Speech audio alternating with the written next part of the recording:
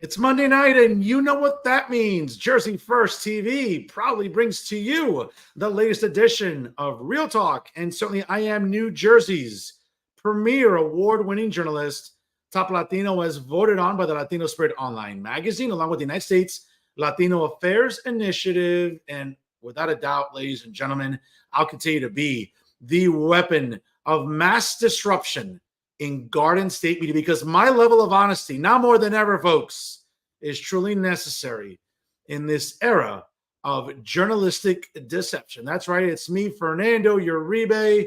Happy Monday, everyone. Hope you had a wonderful weekend as we continue here with the month of September. Happy Hispanic Heritage Month to all my fellow Hispanics and Latinos and Latinas. Obviously, a great month to celebrate all of our contributions and everything we bring to not just Hudson County, New Jersey, but the entire United States. And of course, I want to thank you all for tuning in from wherever and however you may be doing so right now on Facebook Live via StreamYard, also on the Jersey First YouTube page, as well as Twitter, LinkedIn, and Instagram. Folks, I can't say enough how much I appreciate all the engagement on social media. Of course, if you haven't checked it out, please do so. Make sure you like Real Talk with Fernando Uribe and Jersey First TV on Facebook. Of course, follow us on Instagram and Twitter. And for all you YouTube subscribers, I'm sure you're on YouTube for something.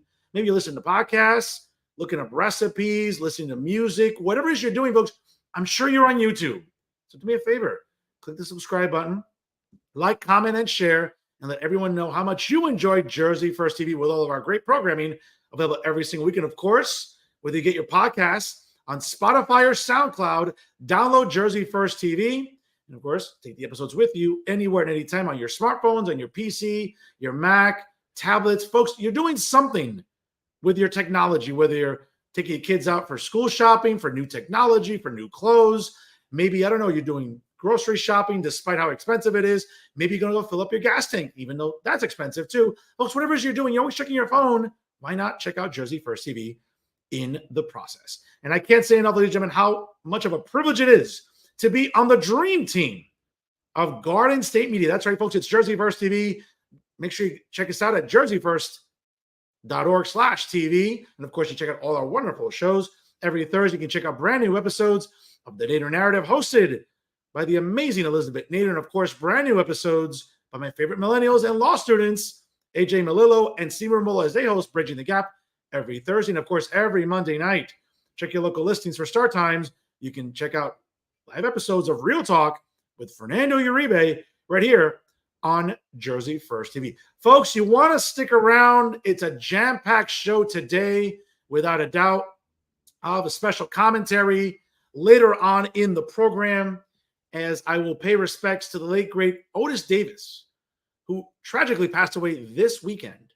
And he was a pillar here in the community in Union City at the age of 92. His spirit remains strong. A two-time Olympic gold medalist, folks, a guy who left quite an impression on so many lives in Union City. I'll have a special commentary about the life of Otis Davis later on in the show. Of course, you also want to stick around for final thoughts, because, folks, when we talk about bad journalism in New Jersey, well, it's never Real Talk with Fernando Uribe. It starts with Max Pizarro, the editor-in-chief, I'm sorry, the propagandist-in-chief of Insider NJ. As you can see, the little cowboy behind me. Folks, a lot to dissect about Maxie's latest column. Well, quite frankly, latest propaganda piece for Insider NJ. And I'll tell you why it's so disgraceful. And quite frankly, why Max Pizarro should be ashamed of himself. But then again, he'd have to have some shame to begin with. More on that during Final Thoughts. And folks, also, you want to stick around because, ladies and gentlemen, I'm going to be just so grateful to everyone tonight to inform you that for the second consecutive year, the Russ Berry Foundation bestows their unsung heroes of the community, and yours truly has been named once again a hero here in the community in Hudson County, folks. I'm going to thank the Russ Berry Foundation, of course, everyone who nominated me, all 16 people, as a matter of fact. I'm going to shout you out later and really give you a very humble and gracious promo there. Thanking everyone for once again bestowing this honor to me. And I can't say enough how proud I am, how privileged I am to be recognized by the Russ Berry Foundation. More on them later on, folks. Again, you don't want to miss it. It's going to be a jam-packed show. Don't go anywhere. Like, comment, and share right now, folks, as Real Talk is live right here on Jersey First TV.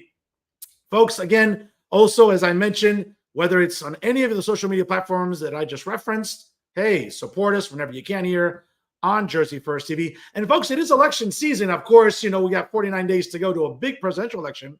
But in 2025, there's a very big municipal election, not just in the city of Hoboken, right down the road from me, but a little further down the road in Jersey City, folks.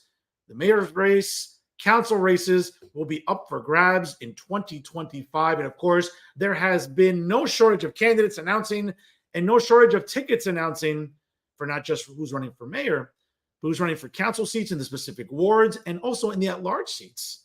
And why not start talking about 2025 tonight? Folks, my guest this evening, she is an incredible educator, an at-large council candidate in the city of Jersey City. And I'm not sure if she's related to my childhood hero, Bret the Hitman Hart, but I'm rocking the pink and black tonight for Bret Hart. And maybe, I don't know, maybe she's related to him, folks. The great Kristen Zadroga-Hart joins us live on Real Talk. Kristen, welcome. Thank you for having me, Fernando. Appreciate you. And folks, again, like, comment, and share. Takes 2 seconds to let everyone know how much you enjoy Real Talk as we are live tonight here with Kristen Zadroga-Hart. Now, Kristen, I got to ask, I'm rocking the pink and black. A lot of people in the community are curious. We all grew up being childhood fans of Bret the Hitman Hart, one of our favorite professional wrestlers. Is there any relation to the best there is, the best there was, and the best there ever will be? I'd have to say you'd have to ask my husband that question because it's actually his last name. But my grandmother always used to say we are all related through Adam. So at some point, I'm sure there is some sort of relation. All right. Well, folks, you know what? Hey, if she's related to the excellence of execution, that's not a bad thing here tonight, folks. But Kristen, good to see you. And again, congratulations, obviously, on announcing your candidacy for an at-large seat in Jersey City. Obviously, it's, as we're talking about the presidential election and congressional races and everything in 49 days, it seems like people are like, well, why is everyone running so early in 2025? And my response is like, hey, politics never takes a break. And that's really the case in Jersey City. I know you've run before. A lot of people, sometimes when they run for office, they tend to disappear. That's not the case with you. You have remained very visible in the community. You're an educator. You've remained someone who's been very vocal about Jersey City, Hudson County's largest city. And quite frankly, I think the question most people will ask you, Kristen, why are you interested in running in 2025? I think, yes, it's definitely early to be declared candidate, but I think, like you said, I've never stopped running for Jersey City, never mind for office. I think everything I do is to help Jersey City, help the community, and I think I just want to use my platform and my voice right now. And sometimes your hand is a little forced and you have to get in front of things. So I think that becomes why I'm a declared candidate. But I think I've always been running for Jersey City, so to speak. No, that's absolutely correct. And folks, again, if you're curious, she will be on the Bill O'Day ticket, who is also running for mayor, the Kern County Commission. You can check out their website at www.billodayjc.com. That's Bill ODEA JC.com if you're interested in donating or volunteering for this campaign. Obviously, we're still 15 months away from 2025. But, Kristen, I got to tell you, a lot of people, obviously sources reach out to me, operatives say, this race in Jersey City is already starting to get a little fickle. It's starting to get a little testy. It's starting to get a little catty, right now, some 15 months out. Obviously, we have, I believe, 4 declared candidates.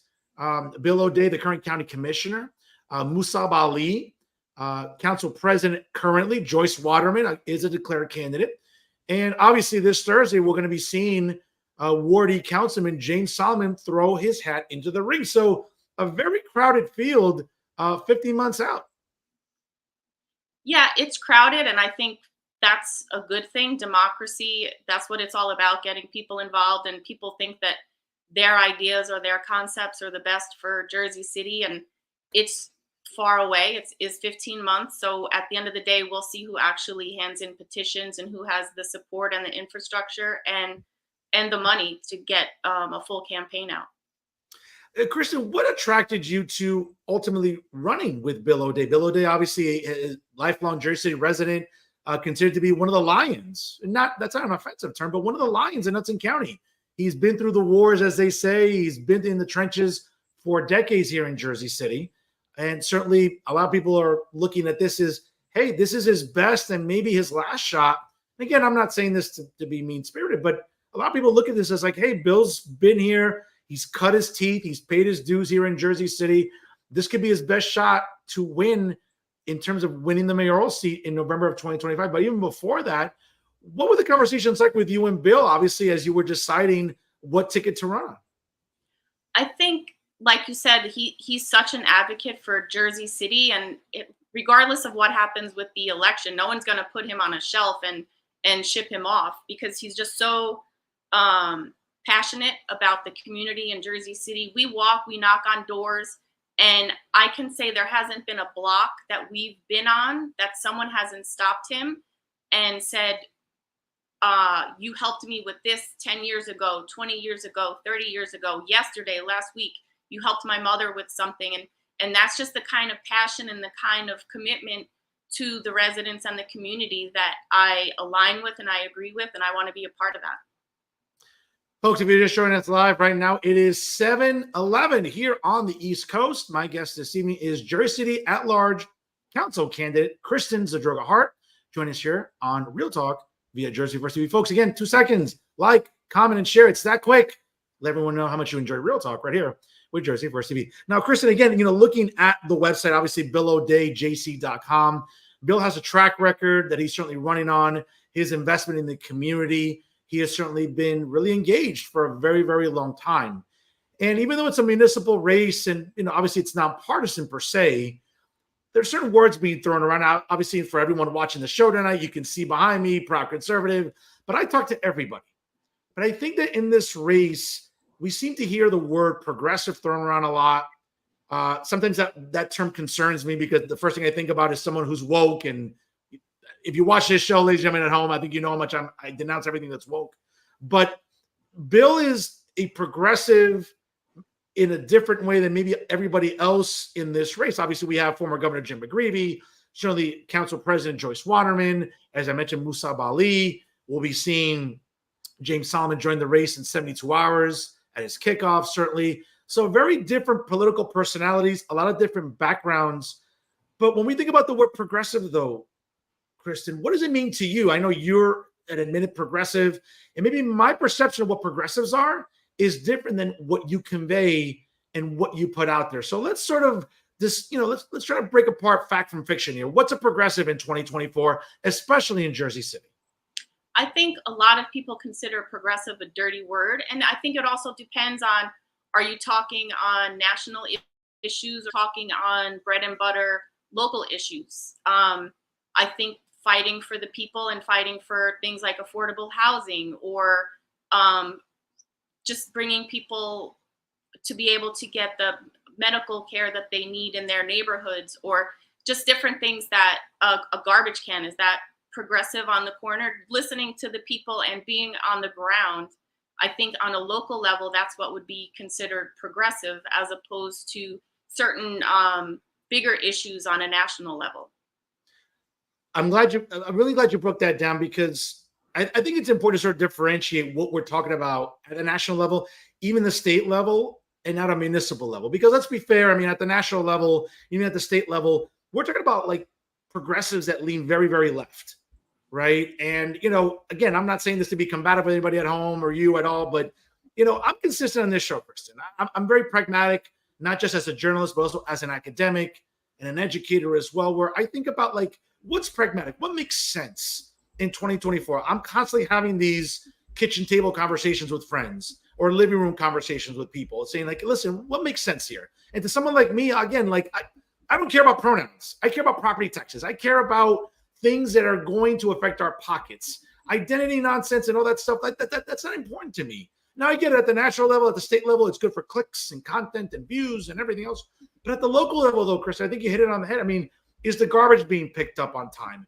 Are senior services maybe, growing in availability? Are constituent services being disregarded? I mean, again, I think at the end of the day, at the local level, that's what matters, as opposed to a lot of these, progressive issues that, quite frankly, I think at the end of the day, don't mean a lot to local residents. Is that fair to say? It's fair to say, and I will push back a little bit where, as an educator and being among students all the time who are trying to figure things out, pronouns do care to me. But as a council person, I'm not sure that I can impact on a bigger level, or there could be some things with mental health issues for our youth, or recreation, and trying to help our young people figure certain things out, especially post-COVID. So I wouldn't say that I'm not, I push back on you on certain things with that, but I think that at the end of the day, it's about getting people the basics that they need. Speaking about basics that people need in Jersey City, and a topic that I talked about with Bill when I interviewed him over the summer, actually late spring, it's that dreaded A word, right? Affordability. And how do we even address that, Kristen, in a city like Jersey City? Again, I'm a lifelong Hudson County resident, grew up on the mean streets of West New York, lived in New Brunswick during my undergraduate days, living in the city now, but I'm a Hudson County guy. I spent a lot of time in downtown Jersey City. For anyone that checks out my social media, I'm all around Jersey City. I love it there, but it's a very different Jersey City. And I'm a guy in his 40s. I know what Jersey City looked like 10 years ago. I know what it looked like 15 years ago. Journal Square is unrecognizable to me. 440 is unrecognizable to me. Downtown's unrecognizable to me. And that's a good thing in the sense we want people moving into Jersey City, but it's also created, I think, this maybe a lack of affordable housing, just a lack of housing in general, though, Kristen. And I know that affordability is an issue that Bill's concerned with. I know you are as well as the rest of your ticket. But realistically, how can we tackle affordability in a city like Jersey City? I mean, look, progress in this sense is a double-edged sword. It's great for people's property values, but then the woman who came here through Ellis Island and can't afford to pay her taxes anymore, her taxes are more than she paid for her house whenever she got here, that's an issue. And I think there are certain things that we can do in terms of affordable and workforce housing. And I think there's land banks. If we just look at the abatements that we have and enforce them, we have the affordable housing subsidy that we should be contributing more to, and following up on things. Things shouldn't just be about a ribbon cutting and saying we're going to have leave it up to the developers to enforce their affordable housing within a certain program or project that we have. I think enforcement is a big thing that we have to. There has to be oversight, because you can't have the foxes watching the hen house. That's a really good term. I like that. Leave it to an educator to come up with something clever like that, folks. Again, it's 7:21 here on the East Coast. You just joined us live, folks. Like, comment, and share. Let everyone know how much you enjoy Real Talk tonight. As my guest this evening is Jersey City at-large council candidate for 2025, Kristen Zadroga-Hart, here joining us on the program. Kristen, another big issue, obviously, very much, and I'm sure it's an issue that's going to come up in another nearby city, which is also having mayoral elections next year at the very same time, as well as council races, and that's parking. And we're seeing that parking in Jersey City, it continues to be very difficult. I mean, it's sort of an ongoing joke with me whenever I go to Jersey City. I find parking everywhere, but not everyone has that sort of that good fortune. And, I just frequent Jersey City. I like to go out for nightlife and for dinner and everything else. But for residents, parking remains a very serious problem. It is a serious problem. I see it with every day with the teachers that come to our building. I'm fortunate enough. I'm one of the 5 people in my building that have a parking space, but people have to leave on their lunchtime to move their car, or they drive around for an hour before they get a spot. I think a big thing that we need to do is look into our public transportation infrastructure. There's hardly any buses. I know where I live, there's no bus for me to get to downtown. I would love to be able to take public transportation as much as I could, but I'd have to walk across a highway to get to, and then walk probably 3/4 of a mile to get to a light rail stop.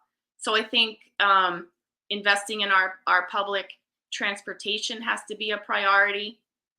I think bike lanes are a little bit of a dirty word, sort of. It's polarizing. I won't say dirty word, polarizing, but I think we have so many of our students who ride bikes to school that they have to be safe. But I think at the end of the day, investing in our public transportation supporting the bus rail, moving the light rail across, expanding it like it was originally meant to be. I think some of those things would alleviate the need for a car.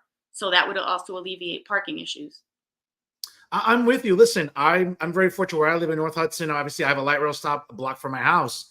But we're approaching 25 years now, and it's still the Hudson light rail. It's not the Hudson Bergen light rail. I mean, they should have broken ground on the stops that we needed, obviously in Hudson County, going into Bergen County. I mean, again, for anyone that's not familiar with sort of the layout, I mean, the last stop on the Bergen side of the light rail was supposed to be Inglewood Hospital. And obviously we have other stops within Southern Bergen County going into Northern Hudson County as well. And obviously in parts of Jersey City, whether it's 440, whether it's part on the west side, or even, near, Greenville and things of that area, I mean, more light rail stops are necessary.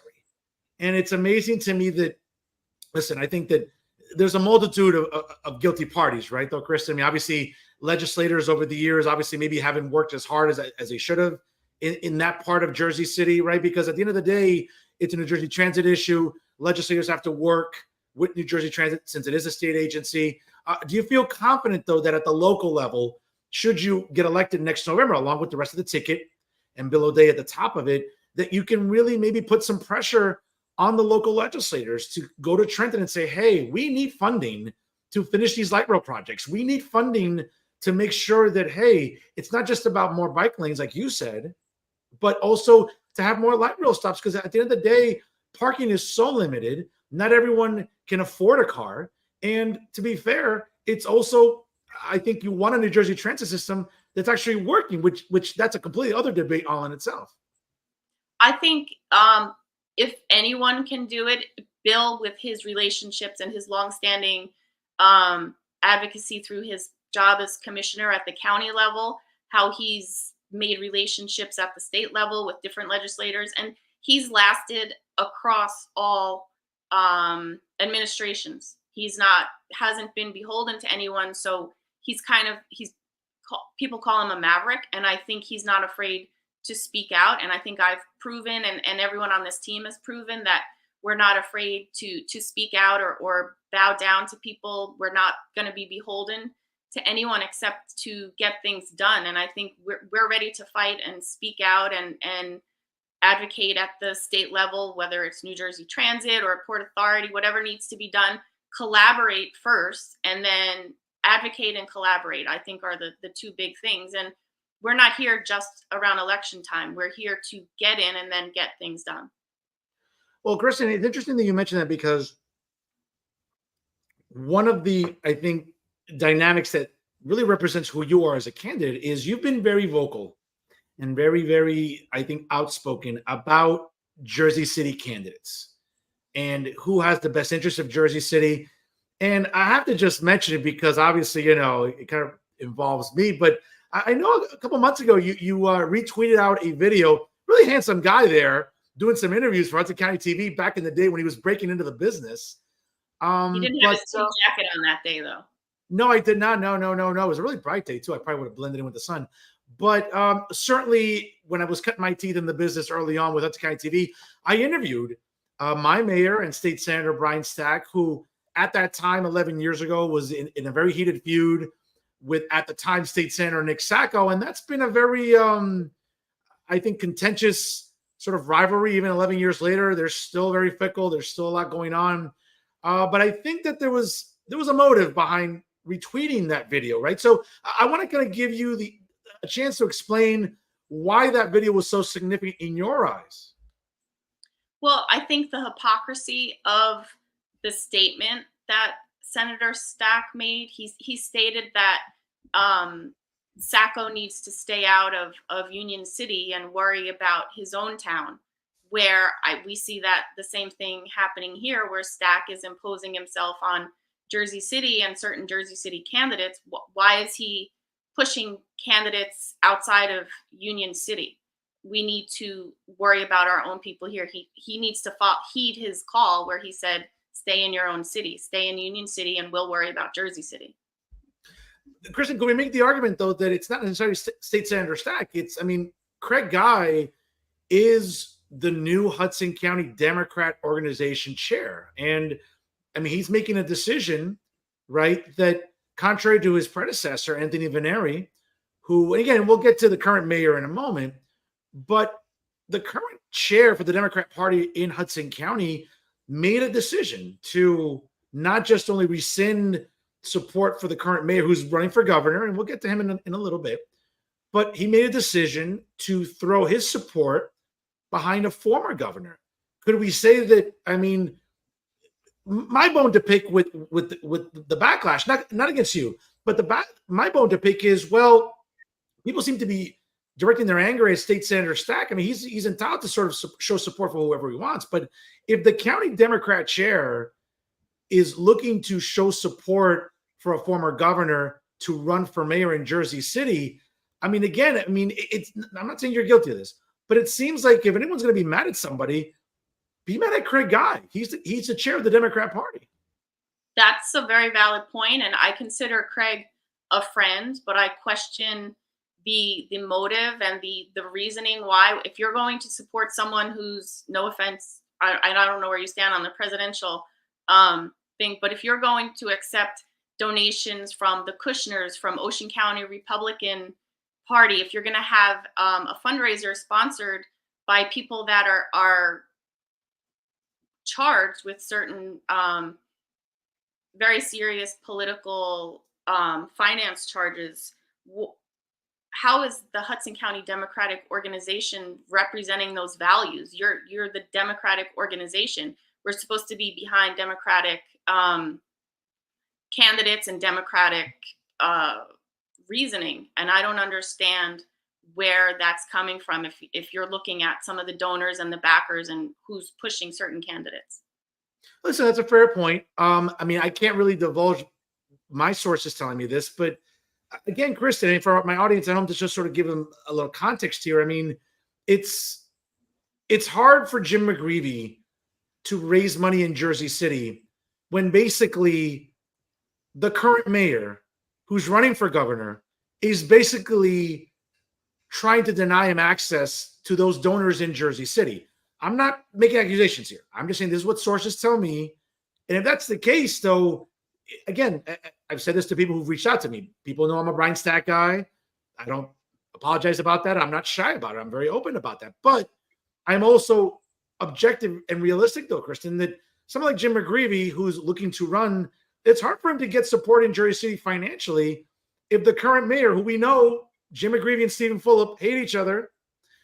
It's hard for Jim McGreevey to raise money in Jersey City when Stephen Fulop has made it almost impossible for him to have any donors throw money at him, maybe because they might face some backlash too. Again, that's just a rumor, not confirming or denying it, but the rumor's out there. I'm not sure if you've heard the same thing. If you're looking to run for mayor of Jersey City and people are afraid to donate to your campaign, isn't that an issue? Shouldn't the people of Jersey City be behind you? When you look at someone's elect report, 95% of the donations shouldn't be coming from out of Jersey City. You should want grassroots people who believe in you. You don't necessarily need big donors that are developers or something like that. The mom and pop people who it actually matters can give you $100, $200. But when your elect report doesn't reflect Jersey City, I think you have a fundamental issue there. That's fair enough. Folks, it's 7:31 here on the East Coast. If you're just joining us live, like, comment, and share real quick. And let everyone know how much you enjoy Real Talk tonight as my guest is here live. She is Jersey City at-large council candidate.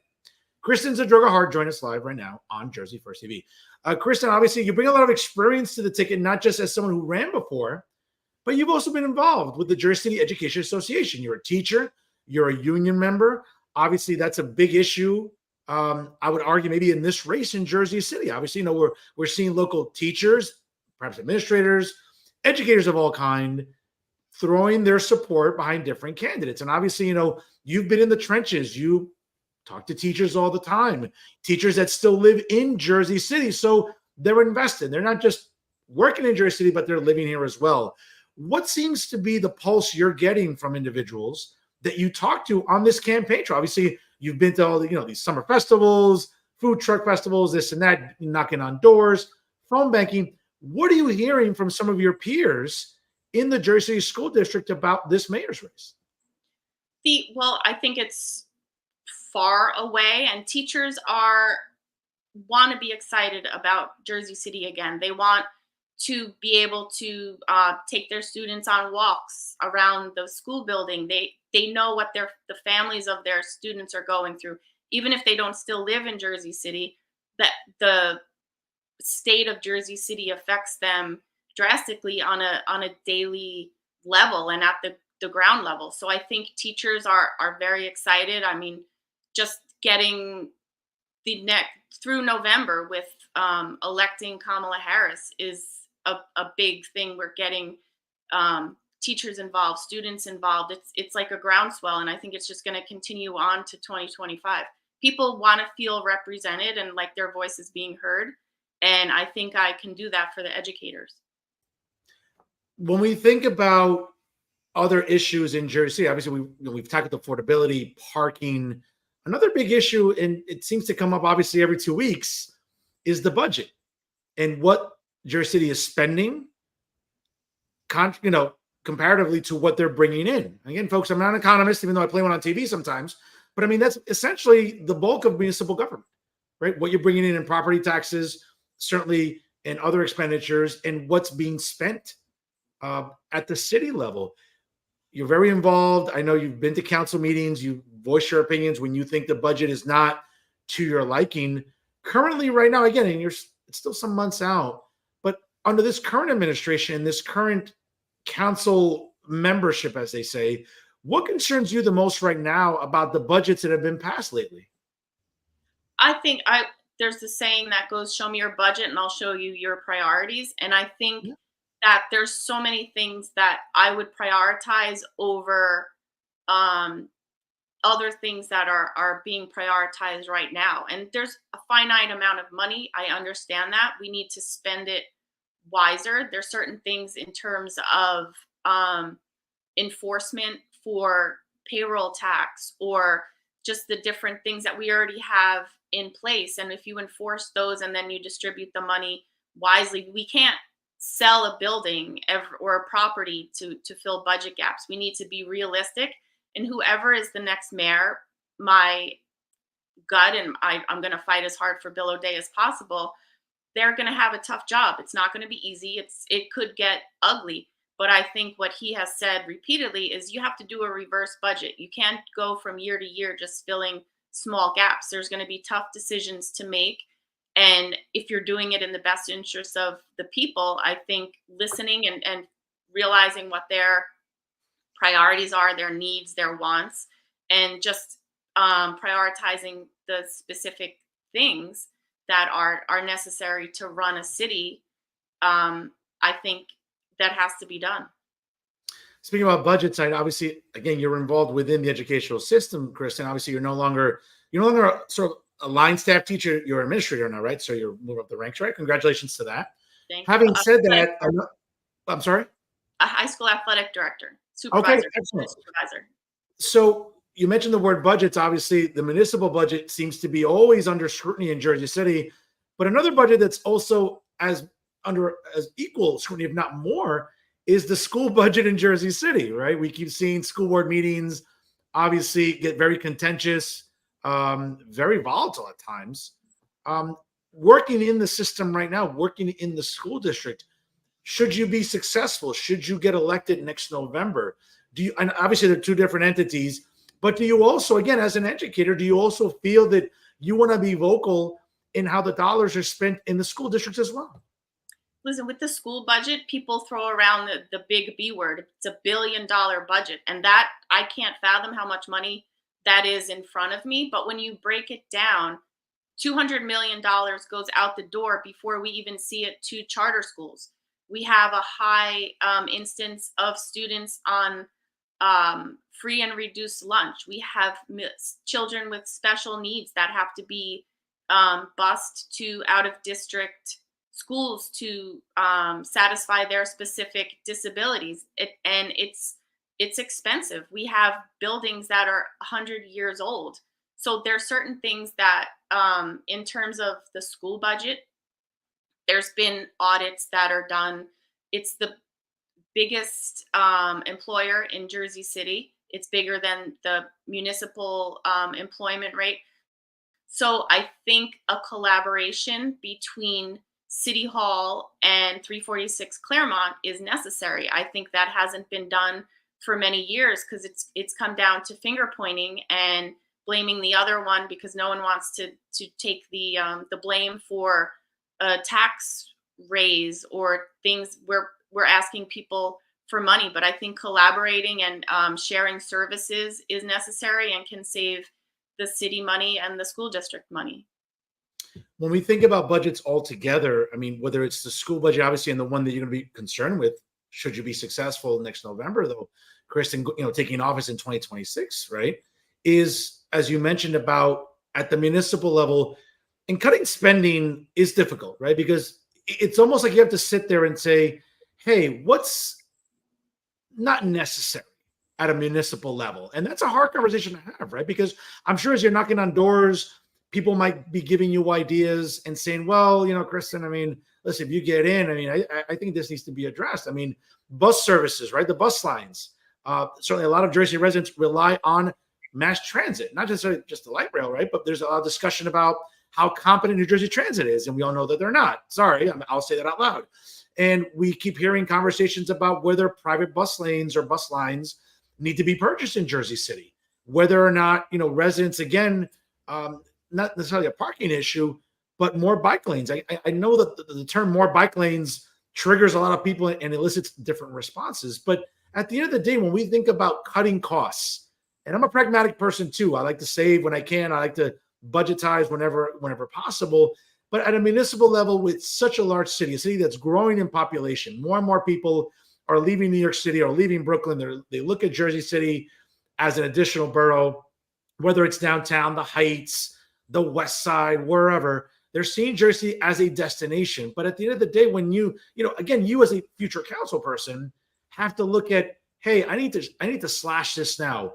When you're asked that question, I'm assuming hopefully you have an answer. What comes to mind when you think about things off the top of your head that maybe we need immediate addressing when it comes to spending? I think having an independent audit come in, and there are simple things as, are there 1,000 phone lines that aren't being used across the city offices anymore because people communicate more through email? There's specific things that we can look at through an independent auditor who doesn't have any skin in the game, where they can give us a list of things that there could be some sort of savings found. Again, we can go back to enforcement of certain things. How much money are we bringing in compared to what we could be for people who put illegal driveways or abatements that are not being followed according to the contracts that they signed? And I think sometimes the city will say, well, we can't afford to pay fire inspectors, but we have dangerous situations where if we go in and there's a landlord a slumlord, I'll say, who look at the elevator buildings that we've been fighting for to get the elevators fixed. There's people who haven't had an elevator for 2 years, and they're in wheelchairs, they have walkers, they have strollers, and they have to get up 5 flights of steps. If we invest in those inspectors and we can collect the funds from those landlords who are not doing the right thing, then they can pay for themselves. Kristen, another issue that I know is going to be on the minds of residents. And listen, it's an issue that I don't really have a dog in the fight. And despite the fact that people think maybe I should consume it, maybe to lighten up a little bit, because it is legal, obviously it's cannabis and marijuana. And we keep hearing about dispensaries and licenses that the Cannabis Commission at a local level and certainly at the state level are going to be bestowing. And we keep hearing about Jersey City and, hey, listen, a cannabis dispensary seems to be the next best thing to invest in. And these licenses are going out, or we have to look at these businesses. I mean, again, I've never smoked marijuana. I don't care to. It's not important to me. But I understand it is a revenue-making machine. But having said that, when is too much when it comes to dispensaries in a city like Jersey City? Again, listen, I'm someone that understands the double standard that exists sometimes. I mean, there's a lot of liquor stores around, and they're near schools. I get it. If liquor stores are okay, then why not dispensaries? I get all that. But at the end of the day, there's still a stigma, A, with marijuana and cannabis. And B, I think there's also this concern, like, do we really want this many dispensaries I being think you have established in Kansas City? differentiate between dispensaries and like corner smoke shops. There's a difference between I think what they sell and the requirements and the licensing. If you look at dispensaries, it's just like anything else. It's about supply and demand. We need to, I think, regulate where they're going just so that we can have oversight, just like people that have liquor license. Are they selling to minors? Are they following the letters of the law? There has to be oversight in that way where people, we have to know where they are. But if there's so many and the market is so saturated, then isn't that what our like Econ 101 will tell you, that maybe there might be an ebb at the beginning, but then it will regulate itself. And when we have to regulate the number of licenses that we distribute. I mean, it's a very polarizing issue. Again, for someone like myself, I mean, I don't want to sound like, oh, Fernando sounds like a boomer. I mean, I don't care for marijuana. I don't think it's not something that resonates with me. I understand it's not just for medicinal purposes. Obviously, I understand the benefits of that. But I think a lot of residents, I mean, have you been hearing residents as you've been going door to door, talking to residents on the campaign trail, where maybe they're just like, I get it, it's legal, okay, it can be taxed, we can make money off of it, blah, blah, blah. But at the end of the day, are residents even concerned that we're seeing maybe, just an aroma of marijuana on Central Ave, on Summit Ave, in downtown? I mean, I can tell you right now that when I visit downtown Jersey City quite often, I mean, it's almost, I feel like a firefighter walking through smoke almost. And again, it's not something that I like. I don't like smelling it. I know I sound a little uptight, whatever. But for a lot of residents, maybe they share the same sentiments I do. When you hear that, if you have, what's a rebuttal that maybe usually works? I haven't heard it that much. I've heard from a few, I would say, parents, and it's mostly regarding the pedestrian plaza, how it just, the smell is overwhelming. But I think if marijuana wasn't invented yesterday, yes, Sure. it's legal now. So you're going to see more of it, but it just like cigarette smoke was 10 years ago. I think things will level off and regulate themselves, but it's a reality that we're going to have to live with and figure out how to deal with. But in terms of complaints from people that I've spoken to, there hasn't really been that many, besides, like I said, the pedestrian plaza and then the illegal smoke shops that have been popping up, because those are not regulated and they could be more dangerous. You don't know what's in what they're selling. If there's no oversight and people can't go in to check on what their supply is, I think that's more of the issue than anything else. Fair enough, folks. It's 7:41 here on the East Coast. If you just joined us live, hey, take 2 seconds, like, comment, and share. Let everyone know how much you enjoyed Real Talk with tonight's guest, Jersey City at-large council candidate, Kristen Zadroga-Hart, here on Jersey First TV. Kristen, obviously, when you announced, and as Bill has been slowly rolling out this ticket, it's quite impressive. Obviously, a lot of people are saying, hey, listen, Bill did his homework. He's putting together an all-star cast. Obviously, we'll see how other candidates fill in their tickets as well. I'm almost concerned here. I mean, it looks like this ballot coming up for November 2025, it might look like a scroll, like something out of, like, I don't know, Dungeons and Dragons here. I mean, it might be. I feel bad for Junior Maldonado, the county clerk, because how much paper are we going to be, wasting here to print out ballots? It might look like some of my term papers in grad school. What's going on? Yeah, I think as a teacher, it's always told, oh, the printer's out of toner. I think Junior's going to have issue with his printer toner. But I mean, at the end of the day, democracy's a great thing. Everyone's entitled to run, and I don't think it's going to be as long as people it appears it may be now. I think things will even out, and some people will end up dropping out, or maybe someone is a declared mayoral candidate. There may be other options that come up between now and 2025. It's a long way off. So I think the ballot that we imagine now is not necessarily going to be the one that actually gets printed. Fair enough. Kristen, what makes your ticket the best ticket right now? I think I'm excited about every candidate who's on our ticket right now. I consider them all friends. And when I say someone is my friend. I've broken bread with them. I've sat down. I've talked to them. They've been to my house. I've been to their house.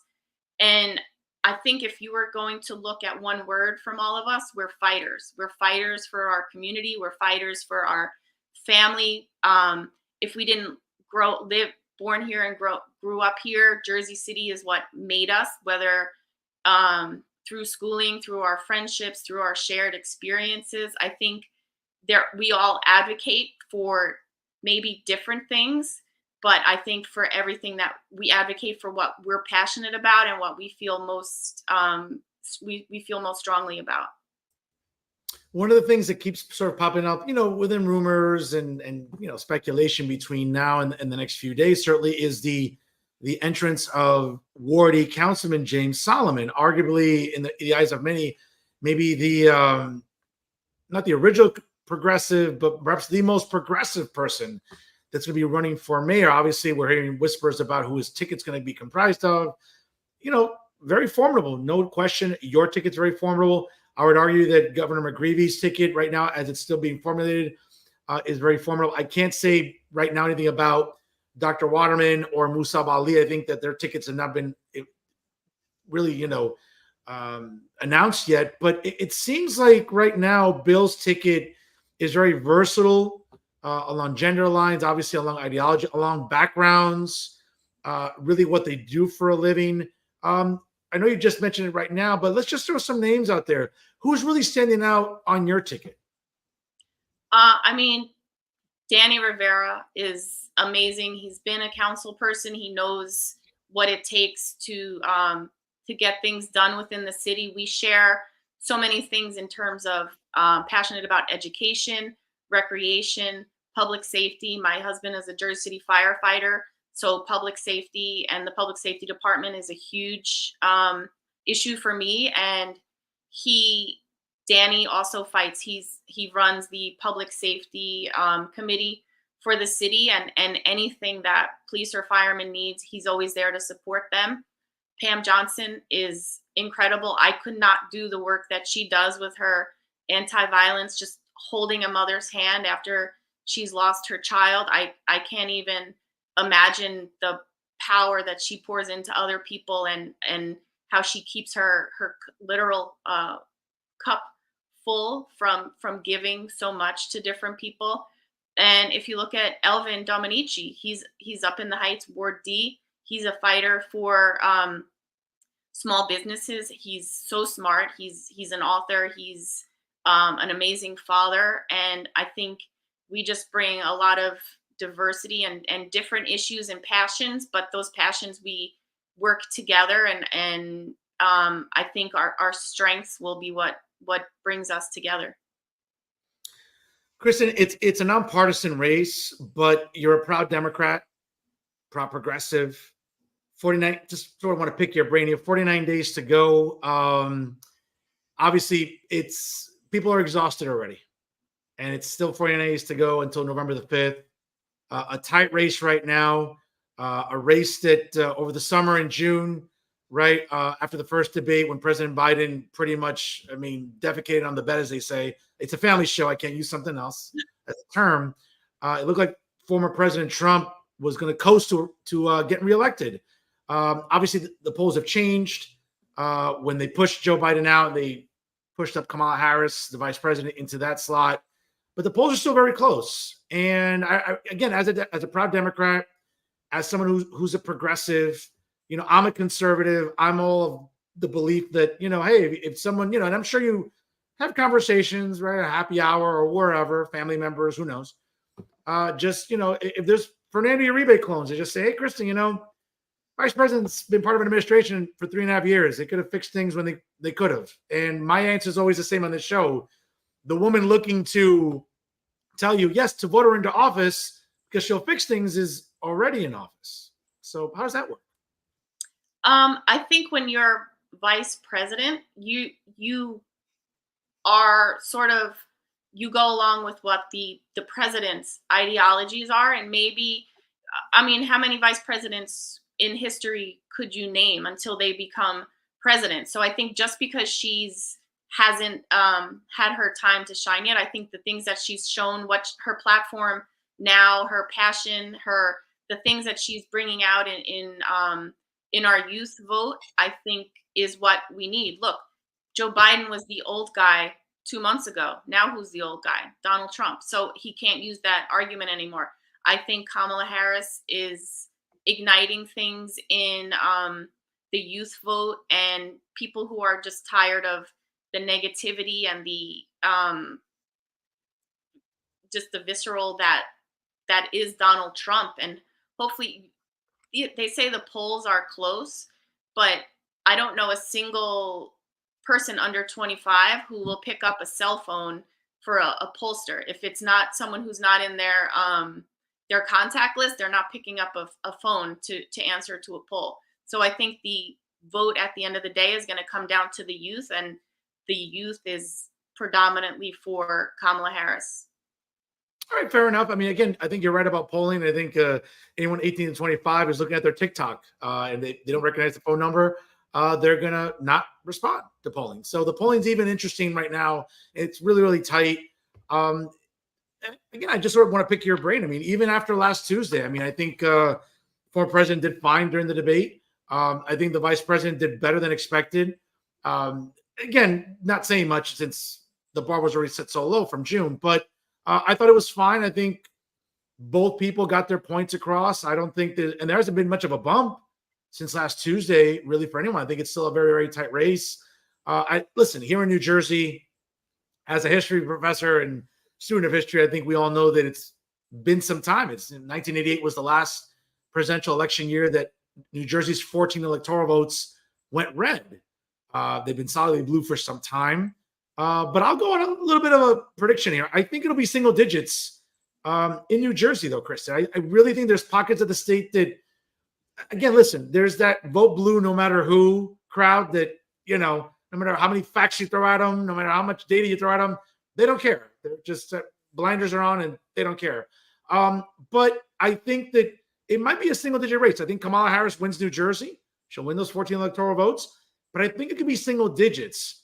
What does that say, quite frankly, about New Jersey, that they look at Kamala Harris, they look at her running mate, they look at her let's be honest, an administration she's been a part of that has not been great for our pockets and for other dynamics. Do you think that New Jersey, not necessarily be playable, but it could be a single digit race here in the Garden State? I disagree. I mean, respectfully disagree. I think that there are going to be certain counties that lean red in New Jersey that will obviously still vote for Trump. But I think resoundingly women, once you go in the voting booth, no one knows who you're voting for. I think women, young people, and even a lot of men, regardless of their age, are tired of the rhetoric that Trump spews. Look at I had someone, we knocked on a door today and he said, "Oh, do you eat dogs and cats?" The things that the conspiracy theories and the outlandish things that the JD Vance and Trump are saying are ridiculous. And I think if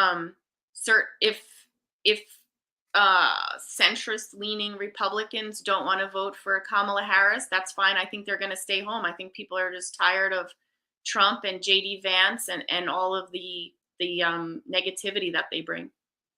I mean, listen, again, I think it's gonna be a very close race, and I think regardless of who wins, I mean, I have a pick. I think Trump's going to get reelected by a narrow margin. But again, and I'll talk about it during final thoughts, but democracy is still going to continue. This idea that our republic is going to disintegrate like Emperor Palpatine and Lord Vader took over the republic, it's nonsense. And I think maybe we can both agree, maybe come to the middle, that it just seems like there's a lot of hysterics on both sides when it comes to what this race means. For someone like me, again, the reason I'm going for the former president is because I like his pick of judges. I like the court decisions on the Second Amendment, on affirmative action, on other things. And I've liked those pick of judges. I don't, because again, long after a president's, put it this way, right? It's 2024, right? 20 years ago, George W. Bush took on John Kerry and George Bush got reelected. Think about the justices that he's picked, and they're still having an impact 20 years later.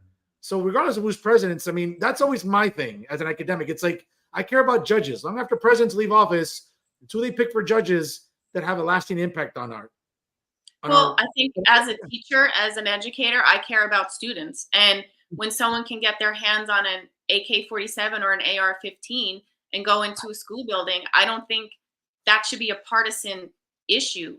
Regular people outside of the military don't need assault rifles. They don't need I don't even know what it's called, but magazines that can shoot 10 bullets in a second, 50 bullets in a second. So I don't think Harris or Walls are trying to take away your right to own a firearm. I think they're talking about sensible regulations that are just common sense. I mean, that's what it's called, common sense gun law. Can someone who has a history of domestic violence buy a gun? Should they be able to? No. Someone with a history of mental health issues, should they be able to get their hands on an assault rifle? No. Those things are just common sense. And I think when people throw out there, they're going to take your guns away, they're going to come in the middle of the night and pull your guns, I think that's just rhetoric to try to scare people, propaganda.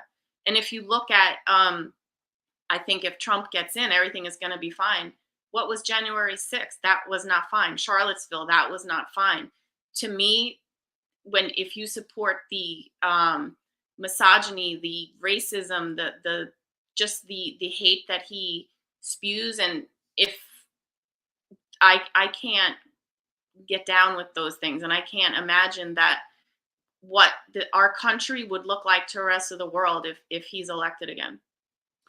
Well, I mean, we'll find out in 29 days, right? I mean, again, we'll agree or disagree. I mean, I looked at it as a good presidency. My pockets, I know how my 401k looked, and I think a lot of people might vote with their pockets here. And I think to your point before, Kristen, it's going to be a very interesting race with 49 days to go. Back to Jersey City, I'm really, really curious about something that you mentioned about, certainly responsible gun laws and gun violence and everything else. We look at what's been happening in the news lately. Certainly, police departments, law enforcement has been under the microscope. We know, obviously, we saw an unfortunate incident take place in Jersey City. We saw body cam footage, obviously, a resident having a mental health issue, and certainly that's been scrutinized considerably. We also seen the mayor right now basically flipping his nose at Trenton with police officers that won a court case, right? When it comes to engaging in recreational marijuana usage. Certainly the current mayor doesn't mind Jersey City incurring fines. It's not his money, so what does he care?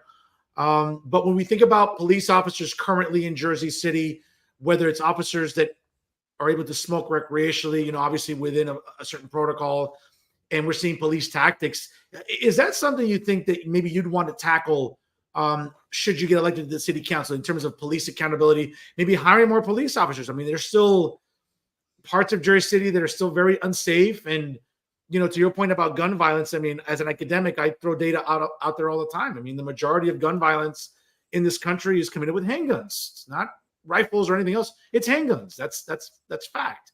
That's not me being partisan. That's just fact. But we see parts of Jersey City that are still very unsafe for residents. We're seeing, obviously, gun permit registration skyrocketing in New Jersey. But what's the solution in Hudson County's largest city? Is it hiring more police officers? Obviously, we're seeing the benefits of body cam footage. Is it having social workers with police officers? What would you like? What would Councilwoman Kristen Zadroga-Hart like to see when it comes to the Jersey City Police Department? I think definitely first more community policing, and by that I mean the police officers right now they are mandated. I don't know about mandated, but they are directed to sit in their cars with their lights on, and they're not engaging with the community. They're not getting to know the people around the patrol, the young students that are there, the older people. There's not that heart to heart, so to speak, relationship that they're building. When I was younger, I lived on Britton Street. It's a small block. It was right up the street from the Boland Avenue police station. And we knew the police officers. We felt safe going to them because we knew they would help us. If you don't have that connection and that one-on-one interaction with them until it's too late, so to speak, until you're in trouble or you're injured or there's some traumatic issue that happened with you. I think it's harder to then turn around. And in terms of social workers, absolutely, there should be.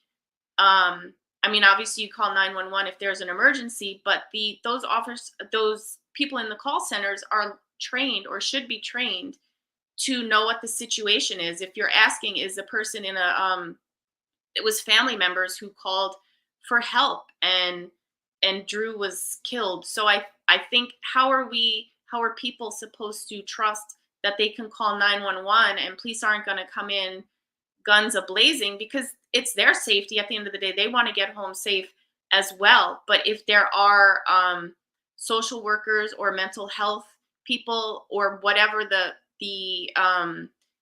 best practices are in terms of de-escalating situations and being patient and knowing the community. If there's people who walk those streets, they would have known Drew, and they would have known he had a history of possible mental health issues, and they could have had a relationship, or know that escalating the situation wasn't going to help anything. So I think training, community policing, open dialogue between community groups and people within the public safety, recreation. What are we doing to be able to help students who feel there's nothing out, or children, people who feel there's nowhere for them to go besides hang out on the street corner and possibly get into trouble or be the target of something else that they were not intended for. So I think just engaging in the community, listening, and providing resources where people can turn to, I think it would go a long way in keeping people safe within the community. All great points. Kristen, before I let you go, we've been talking to Kristen Zadroga-Hart tonight, ladies and gentlemen, the candidate. But let's talk to Kristen Zadroga-Hart, the woman, the mom, the Jersey City resident. So a little bit of a lightning round. I'm going to throw some questions at you, and whatever comes up, top of your head, let's go with it, okay? So lightning round starts right now. Favorite foods? I'm I'm obviously not very good at lightning round, but I would say a burger with no bun. Okay, excellent. Okay, listen, you're watching the carbs. I like that. Good stuff. Good stuff. Okay, baseball fan, Yankees or Mets? Oh, Mets all the way.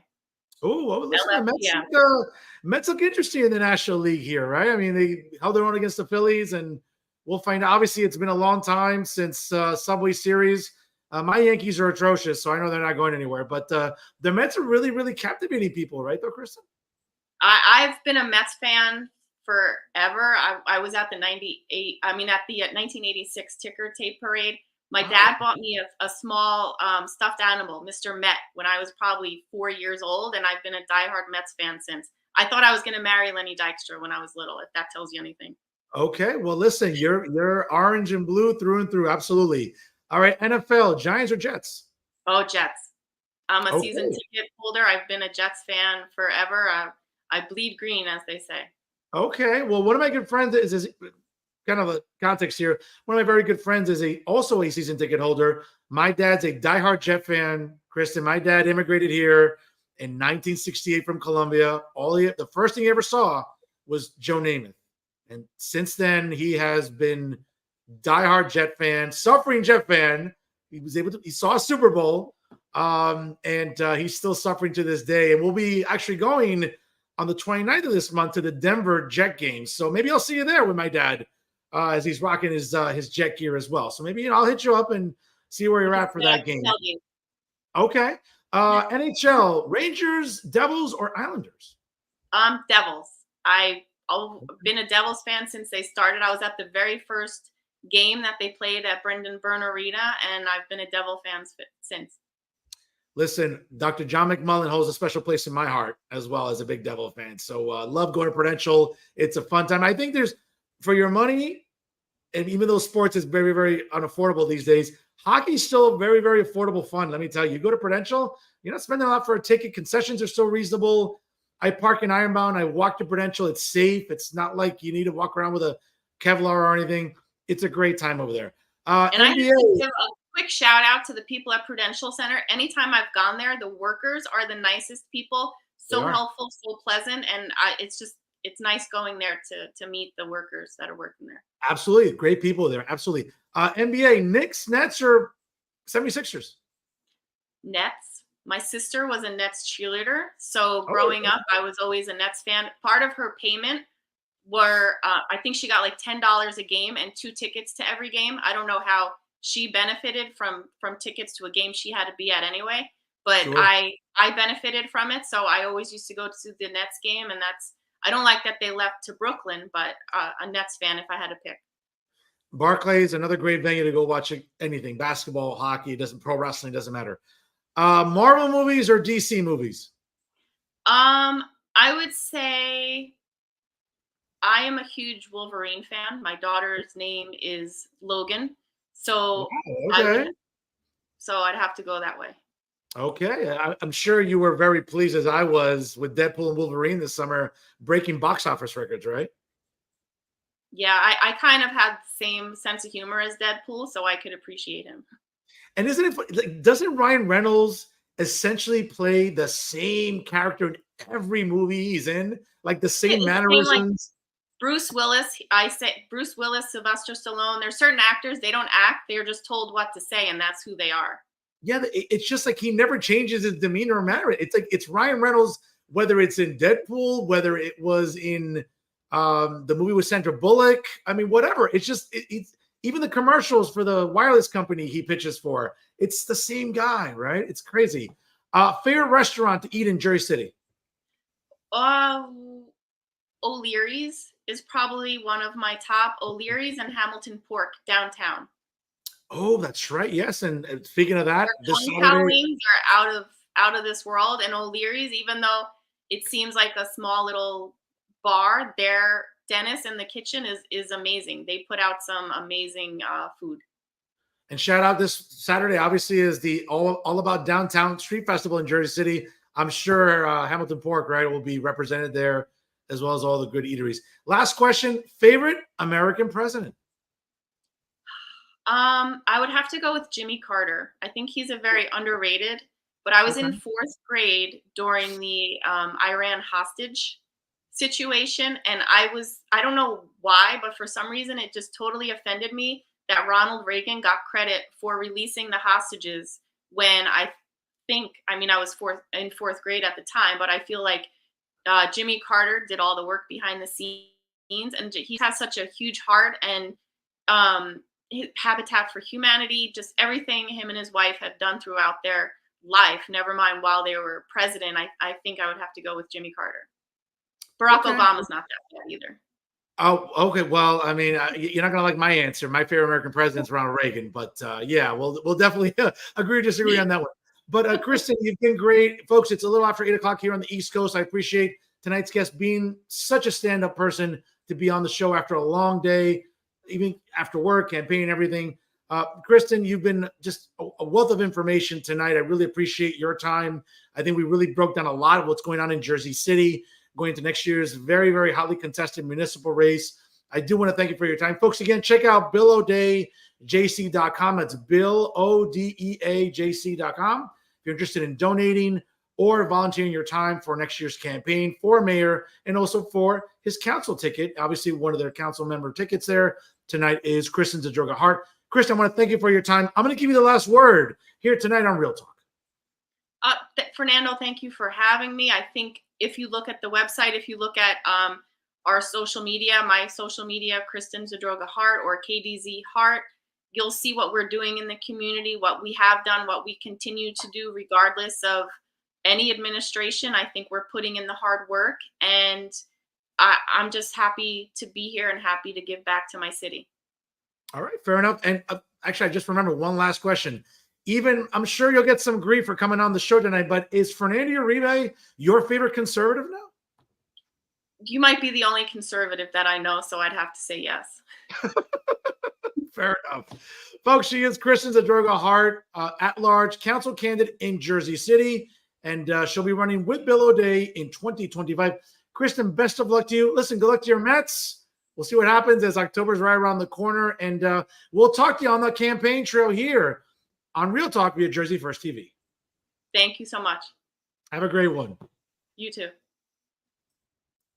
Folks, great stuff there. Kristen Zadroga-Hart again, no relation to Brett the Hitman Hart, who I thought was going to maybe hope for. We'll have to see. I'll have to sort of maybe talk to her husband there. But again, we're rocking the pink and black. I'm interviewing a Hart. Maybe kind of rolled the dice here and took my chances. We'll see. But folks, in all seriousness, though, a great show tonight with Kristen Zadroga-Hart. Check out the website once again, BillO'DayJC.com for more information. Looking to get involved and looking to get maybe some donations into that campaign, and you're looking to obviously show support for Bill O'Day, the county commissioner, you're more than welcome to. Folks, again, it's democracy, right? There's going to be people on the ballot. Former Governor Jim McGreevey, certainly we'll learn about it in a couple of days. Current Wardy Councilman James Solomon, as well as current Council President Joyce Waterman, as well as Musab Ali is also in the mayor's race. We'll see, maybe others will jump into the arena with 15 months to go. We'll see, as Jersey City's mayoral and council races are going to be really the talk of Hudson County, along with the Hoboken mayor race and obviously county commissioner races as well. And obviously the governor's race is also going to be on the ballot in November of 2025. So a lot to talk about, folks, in the next 15 months. We'll be talking about it here on Real Talk, obviously not just only here, but also with Talking Politics with Fernando Uribe via the Hudson Media Group. I can check that show out as well, as I'll be resuming filming later on this month here, obviously after summer break. I'll be dissecting Jersey City on both programs for the foreseeable future, so you definitely want to tune in for that one. Folks, don't go anywhere. A lot to talk about here on this program. One of the things that, again, I enjoy on this show, right, is talking about what really is on your mind. And what really, I think, resonates with not just Hudson County residents, Jersey City residents, but of course, a lot to talk about, because we obviously, when we think about what's on our minds and what is really of a concern to us, right, during this election cycle, well, it gives me some material, because you know what time it is. It's time for Final Thoughts. And folks, obviously, as your media watchdog here in Hudson County and in New Jersey, when we think about who does a disservice to us on a daily basis, folks, let's look at the propagandist in chief. It's not the editor in chief, let's be honest. This is not the edit at Insider NJ. But of course, folks, it's Maxi Pizarro. And even though it's September and we're still weeks and weeks away from Halloween, Maxi never ever misses an opportunity to play dress up. And folks, when we think about perhaps the least masculine looking cowboy in American history, folks, it's always Maxi Pizarro. But I don't want to go for the low hanging fruit. Okay. Maxi can embarrass himself in a multitude of different ways. But the way that Max Pizarro really embarrasses himself is through what he calls journalism. And we all know that's not the case with Insider NJ. And his latest column is quite I would argue, the biggest eyesore for anyone that's looking to read about politics, not just in New Jersey, but nationally. Maxie decides to write a column. A leader showed up. Her name is Harris. So he starts off this propaganda piece. A leader showed up in Philadelphia named Kamala Harris. Sometimes you just need a heavyweight champion of the world running out of your corner. You can't sell it for less. Sometimes with time running out, you need a quarterback to go get the ball in the end zone, or a linebacker to level the other guy. You need a gymnast to stick the landing, the high diver to nail the dive. Sometimes you need the clutch player to step up and hit an upper deck, grand slam, home run. In a critical moment with everything on the line, you need the right person for the job. Last night, referring to last week's debate, we needed a prosecutor to shoulder our beloved country and make a precise, passionate, detail-oriented, pitch-perfect case for it. And for us, that was Harris last night. In the inimitable words of Augie Torres, quote, another lawyer. In this case, the lawyer is a leader named Kamala Harris. Shortly before the start of the debate, and folks, let me just start off by saying, let's not kid ourselves. It's not like Max Pizarro left his house to go to debate plenty. Max Pizarro doesn't leave his house. Okay?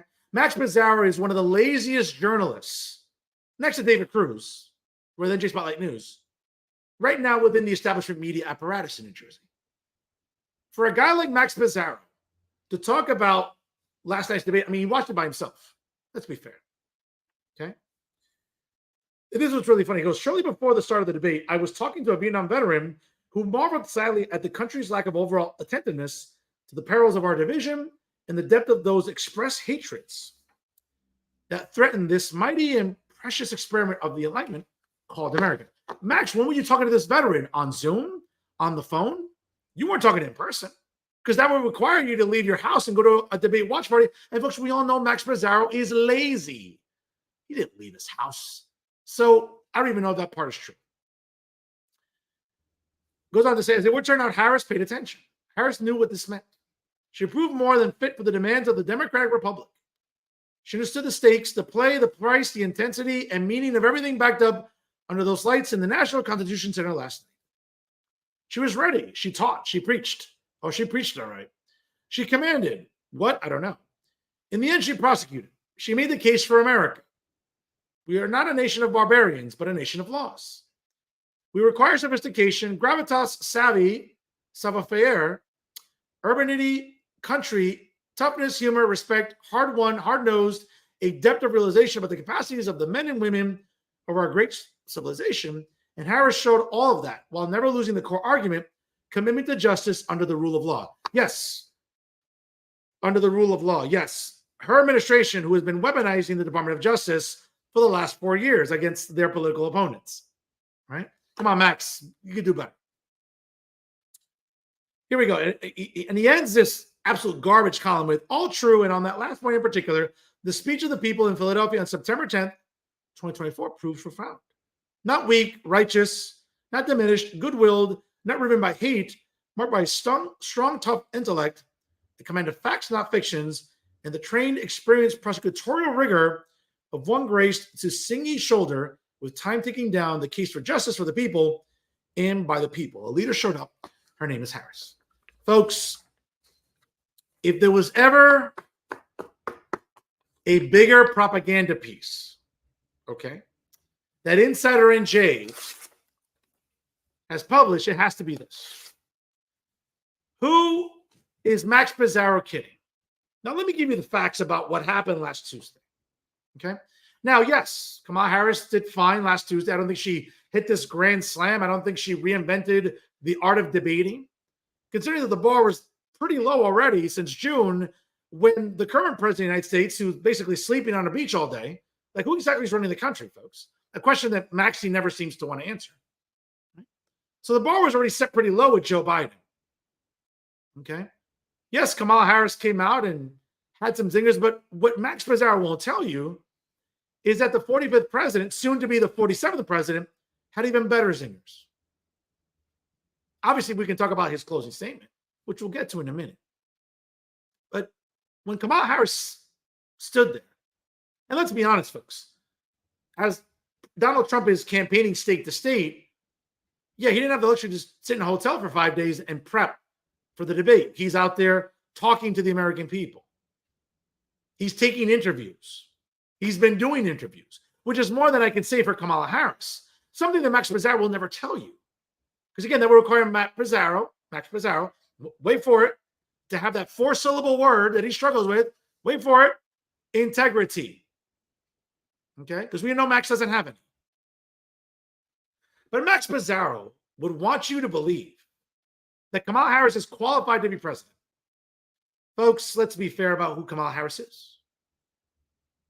A woman who got her start in politics because of Willie Brown, the former mayor of San Francisco, right? Who worked her way through the political sort of landscape in the state of California, being a district attorney and then the attorney general. And we all know what a mess California has been for years. Not to think Kamala Harris is solely to blame for it, but we know the pattern is there, right? Kamala Harris would want you to believe that in 3.5 years as vice president, that she's been powerless to do anything. When by her own admissions and her own words, She was the last person in the room when Sleepy Joe decided to engage in a disgraceful withdrawal of Afghanistan that killed American men and servicewomen. That recently, when victims of that withdrawal from Afghanistan, when their families got together, Joe Biden and Kamala Harris couldn't be bothered. But you know who did make the effort? Donald Trump. When Kamala Harris, and again, this is something Maxie won't tell you because, again, it requires Maxie to have integrity, right? Integrity, a word he knows nothing about. See, it's funny about Max Brazil. He writes these long-winded columns, loves to blow you away with the Stephen A. Smith thesaurus of vocabulary words, but at the end of the day, he doesn't even have understanding about a basic force of a word, and that's having integrity. Max, why aren't you talking about the fact that the night before September 11th, Kamala Harris decided to make an asinine statement saying that Donald Trump was responsible for the worst attack on our democracy since the Civil War? Max, you should be ashamed of yourself. Now, again, you don't have any shame to begin with. Look at the way you dress. And look how you cut your hair. Okay? That's myopic. That's tone deaf. To even say that, when thousands of servicemen died on December 7th, 1941, because of an attack by Imperial Japan. On September 11, 2001, that Tuesday morning, I remember it. I just got back from Spain. Okay? Unlike Max, who's probably just in his house somewhere twiddling his thumbs. But I live up here in Hudson County. I look at that skyline every day. And I remember what jihadists and Islamic extremists did to the World Trade Center, killing more than 3,000 Americans, killing thousands of Americans at the Pentagon. Okay? Kamala Harris, that was a myopic take the night before 9/11. And I'm tired of people like Kamala Harris and Joe Biden and the left and Democrats in Washington talking about January 6th, January 6th. Folks, here's something again that Max Pizarro won't tell you, because that will require Max Pizarro to be honest, and we know he isn't. Max Pizarro is a clown. He's been a clown for as long as I've known him, and he hasn't stopped. Okay? How do we have an insurrection when people are not bringing firearms to the Capitol? How do you think people are going to stage an insurrection if they're unarmed? Okay? We've seen the tweets. We've seen, now we're learning that at the time, Speaker of the House, Nancy Pelosi, could have ordered more security and more National Guardsmen and women to be at the Capitol. She declined. President Trump, at the time, urged his supporters to remain calm and peaceful. It's there, folks. It's not like I'm making this up. It's there. Okay? But Max Pizarro has this perpetual hard-on, and he blows a load all over himself in his pants about January 6th, just like the rest of the clowns at Insider NJ. Sleepy Al, Alan Steinberg, who, yeah, it's 8:30. He's been sleeping for hours. Jay Lasser, another useless woman in New Jersey media. Bob Hannelly.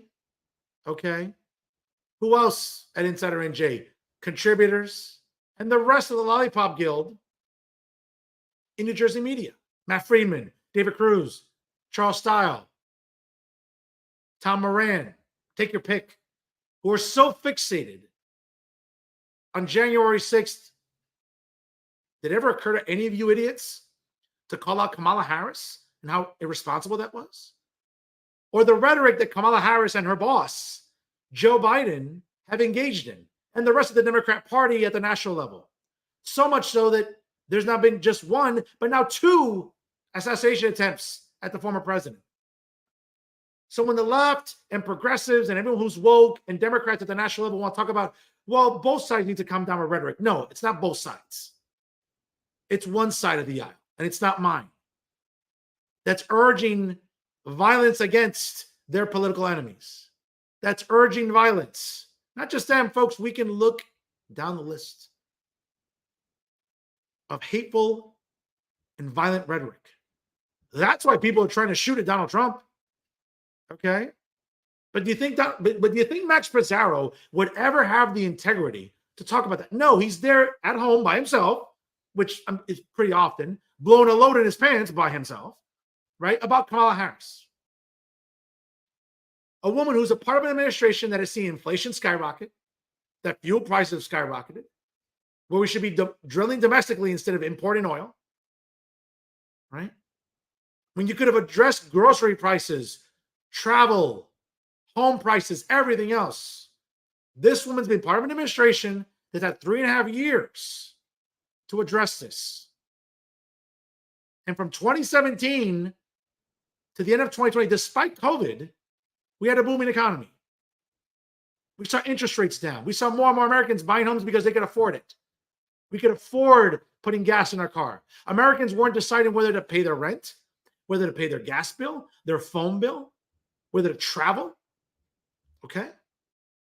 That's what Americans are struggling with today under Joe Biden and under Kamala Harris. Okay? I'll say it again.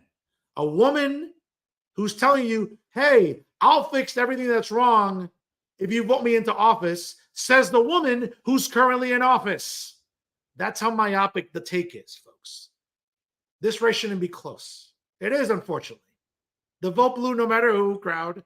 We all know, again, you can throw all the facts at them you want. You can throw all the data at them you want. They're not going to listen. And you would think that after the convention, after this debate performance, Kamala Harris would be up 25 points. She's not, folks. It's basically a dead heat. And the 6 states, 7 states that are going to decide this election all have the same problems. The economy and the impact of illegal immigration and what illegal immigrants are doing to our cities. Crime, destroying the quality of life. Folks, again, when you import the third world, you're going to become the third world eventually. That's a fact. Sorry. I don't care who it offends. I said what I said. I'll say it again. You import the third world, you run the risk of becoming the third world. And that's what we're seeing in a lot of our cities. And that's what Joe Biden and Kamala Harris have been happily able to accommodate. Okay? But Max Mazzaro won't tell you that. Because Max Mazzaro would rather virtue signal. Max Mazzaro would rather tell you, oh my God, if Donald Trump gets reelected, it's the end of democracy. It's the end of our republic. No, it's not, Max. Okay. It's hard to take you seriously, Max. Never mind the way you look here, but it's hard to take you seriously, Max, when you write columns that are blatantly dishonest. You should be ashamed of yourself. But again, that will require Max Mazzaro to have shame to begin with. We all know that Max Mazzaro doesn't have any, and he never will, which is why he works at Insider NJ. So go figure. I'll see you in Atlantic City, Max. I'll be happy to drink at your expense. Actually, not your expense, because it's the Graham family. It's not like it's your nickel. You barely spend any money as it is. Make over $100,000 a year sitting at home scratching your ass, publishing bad columns. That's not journalism, folks. That's propaganda. You want real journalism? It's here with real traffic, with real talk. And of course, folks, do we even have to say the obvious? When it comes to being hyper hysteric and being in full panic mode, folks, it's clowns like Max Mazzaro. Folks, I can't get over this picture. Oh my God, Max, take that down. You should be embarrassed. Well, then again, if I walked around with your haircut, I'd be pretty embarrassed anyway. And those are my final thoughts. Folks, I want to take this moment here to pay tribute to a great member of our community here in Hudson County. Otis Davis tragically passed away over the weekend. He was 92 years old. Otis Davis was a former athlete, a winner of 2 Olympic gold medals for record-breaking performances in both the 400 meters and the 4x400 meter relay at the 1960 Summer Olympics. He set a new world record at the time of 44.9 seconds in the 400 meter event. He became the first man to break the 45-second barrier. He's a man that left an incredible impression on everyone that he interacted with. Okay. Following the Air Force, Davis attended the University of Oregon on a basketball scholarship, hoping to one day become a professional. One day in 1958, while observing athletes running on the track with a friend, Davis, who had never run before nor attended schools in his youth with sports programs other than basketball and football, decided he could beat the athletes he saw on the track. He thus approached track coach Bill Bowerman, who would later become the founding father of Nike Incorporated. and then asked to join the track team. And the rest was history. Otis Davis was able to win gold medals at the 1960 Summer Olympics. Subsequently, after breaking records, again, at the age of 28, he made the Olympic team. And you look at great accomplishments here. We look at, obviously, in 1981, Davis moved to Jersey City in order to live closer to New York, eventually settling in Union City sometime after December of 2008. Coincidentally, in 1996, he was a torchbearer for the Summer Olympics in Atlanta, Georgia. Around 2002, he was hired by the Union City Board of Education, began working at then Emerson High School as a truancy officer, teacher, coach, and mentor. He was eventually inducted into the 2003 class of the National Track and Field Hall of Fame. He asked then Emerson High School principal Robert Fazio to accompany him to the ceremony in Los Angeles. When the rest of the school staff discovered that Davis was an Olympic medalist, they honored him with a banner posted in the hallway in the school honoring his achievements. In 2012, Davis was working as a verification officer at Union City High School, mentoring students, some of whom have gone to win United States Olympian Tri-States Chapter Annual Achievement Awards, which is awarded to New York, New Jersey, and Connecticut's student athletes. The top 5 winners in 2012 were indeed Union City residents. He was a co-founder, and in 2012, he was the president of the Tri-States Olympic Alumni Association, member of the University of Oregon's Hall of Fame, and also the New Jersey Sports Writers Hall of Fame. He was a staple in the Union City community, folks. Otis Davis, without question, left an impact on so many lives. My heart goes out to his family. My deepest condolences go out to them for this very difficult time. Otis Davis was 92 at the time of his passing this weekend. And for a man who lived a very long life, can we ever say it wasn't fulfilling, that it wasn't enriching, and that it wasn't absolutely impactful? It truly was for Otis Davis. He truly influenced so many Union City residents, teachers, administrators, students, parents, and everyone in the community. He was a man who, no doubt, we will continue to remember for years to come. We love you, Otis. You did so much for Union City. You did so much for Hudson County. And you did so much for the United States of America. God bless you, Otis. Rest easy, my friend. May you rest in peace, knowing you influenced so many lives in such a beautiful, selfless, and quite frankly, enriching way. Otis Davis was 92 this past weekend at the time of his passing. Once again, my condolences to his family and to the Union City School District and the Union City community. Folks, before we call it a night, special commentary here also on the program. And I got to tell you, I am just so humbled to learn today, ladies and gentlemen, that the Russ Berry Foundation, they work in conjunction with Ramapo University, all the way up in Bergen County.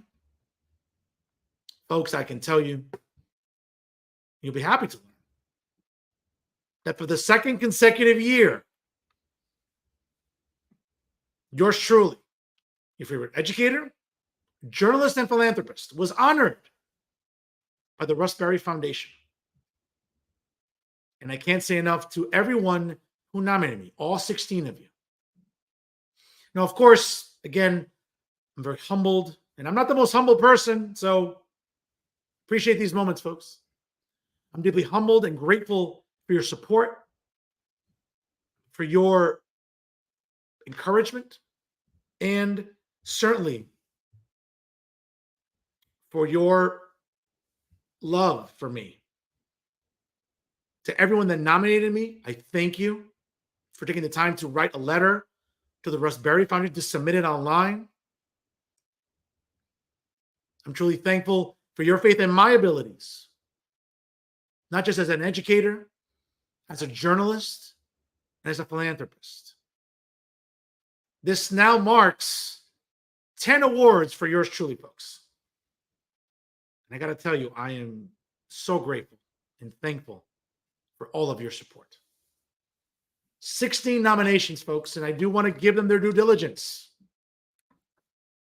I want to thank them for their support, for their belief in Fernando Uribe.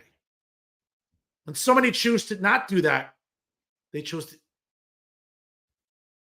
the other direction. So I do want to thank everyone who took the time to submit a nomination for yours truly as an unsung hero of the community, courtesy of the Russ Berry Foundation. I want to thank Union City High School Performing Arts Supervisor and incredible artist in her own right, Kristen Pinello. Our Honorable Mayor and State Senator, Brian Stack. Local community activist, James Barracato. Ellie Jimenez de Garcia, thank you so much for your support. Union City Commissioner Lucio Fernandez. Andres Garcia at the Board of Ed. Union City School District Business Administrator, Dr. Anthony Jagrona. A great man in his own right, Charles Webster. Thank you for your support, brother.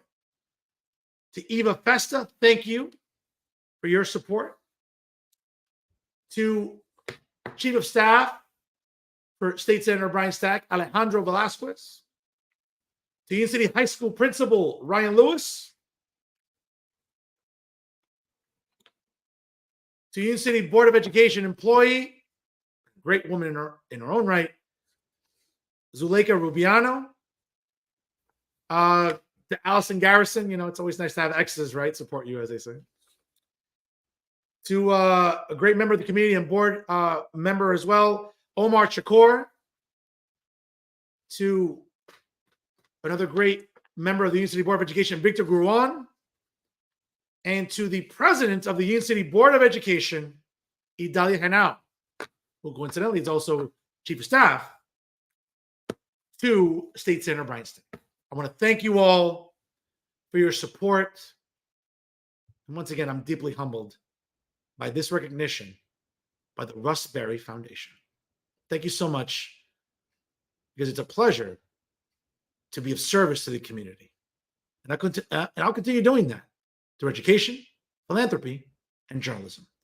Thank you to everyone supporting yours truly in 2024. And that's, oh, wait a second. You know what? That was a really nice tribute.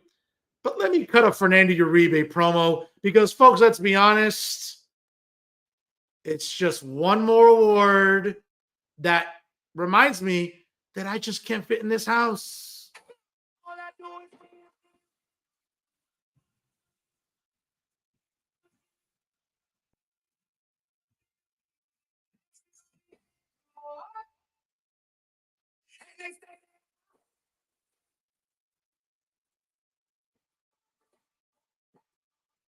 All I do is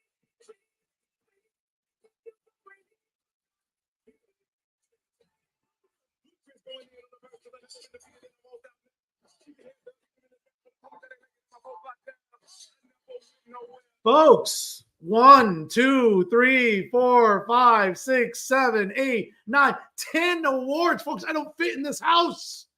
And for all the haters and the little social media watchdogs and all you insufferable feminists and cat ladies that can't stand Fernando Uribe, folks, here's a spoiler. I'm not going anywhere. I'm going to keep winning. I'm going to keep winning awards. And folks, I got to tell you, if you know any contractors, do me a favor. Tell them to contact me, because I need to extend this house. I don't fit in here with all the greatness that is Fernando Uribe. And folks, when we think about greatness, you don't have to look very far. You can look behind me. There's more than enough awards to go around. Once again, thank you to the Russ Berry Foundation. And thank you to everyone that nominated me. Was it 16? 16 nominations. Oh, nominations. I'll say it again. 16. Folks, I think a lot of the haters and everyone else, you wouldn't have 16 nominations in your entire life. I could have been one award. Okay? One award. 16 nominations. Oh, folks, let's play it again.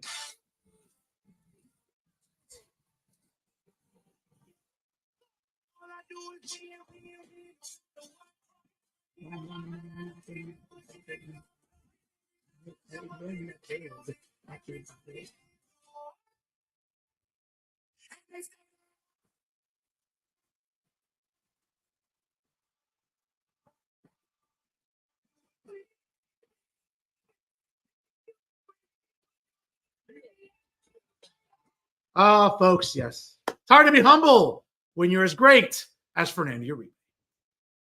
And that's our show for this week, folks. I'm fired up, as they say here. I want to thank Jersey City at-large council candidate Kristen Zadroga-Hart for a great episode talking about Jersey City politics and certainly next year's mayoral race and council races, which will be very interesting to talk about here for the foreseeable future. Folks, make sure you check us out on all our social media platforms. Like us on Facebook, of course. Follow us on Instagram and Twitter. And don't forget, folks, to subscribe to us on YouTube. And, of course, when you get your podcast on Spotify or SoundCloud, download Jersey First and take it with you anywhere at any time. And, of course, I can't say enough about what a privilege it is to be on the dream team of Garden State Media. That's right, folks. It is Jersey First TV. Brand new episodes of the Nader Narrative premiere every Thursday, courtesy of Elizabeth Nader. And, of course, brand new episodes of Bridging the Gap with AJ Melillo and Seymour Mbolo premiere every Thursday. And, of course, brand new episodes of Bridging the Gap, of course, premiere there. And, of course, brand new episodes of Real Talk with Fernando Uribe premiere every Monday night. Check your local listings, folks, for the best commentary and analysis about everything that's going on in politics. Folks, unlike the little Mickey Mouse journalists in New Jersey, the only traffic they know is what's on Kennedy Boulevard or Route 1 or the Garden State Parkway or Route 78 or Route 3. Not on this show, folks. On this show, it's real traffic because it's real talk. Folks, again, I can't thank you enough. Again, take care of yourselves. Please party responsibly. I'll see you all next Monday night here, folks. Live, of course. Check your local listings. I always say it all the time. And don't forget, thank you to everyone who watches live, shares it during the week, checks out the replays. Folks, over 10,000 organic views every single week here on the program. It's owed to all of you who take the time to support Real Talk with Fernando Uribe right here on Jersey First TV. I am New Jersey's premier award-winning journalist. 10-time awards, actually 10 awards now, folks. Top Latino is voted on by the Latino Spirit Online magazine, of course, along with the United States Latino Affairs Initiative, and certainly without a shadow of a doubt, I'll continue to be the weapon of mass disruption in Garden State Media because my level of honesty, now more than ever, is truly necessary in this era of journalistic deception. That's right, folks. It's Fernando Uribe. Please party responsibly. Enjoy the rest of your week, folks, as we continue to celebrate Hispanic Heritage Month here in not just Hudson County, but throughout New Jersey and throughout the United States, folks. Shout out to all our great Hispanics, Latinos, and Latinas contributing to our community every single day. Folks, again, if it's unbiased, unfiltered, and unafraid, it's always Real Talk right here with Jersey First TV and yours truly, Fernando Uribe. Folks, thank you so much for stopping by. Always remember, stay classy, everyone.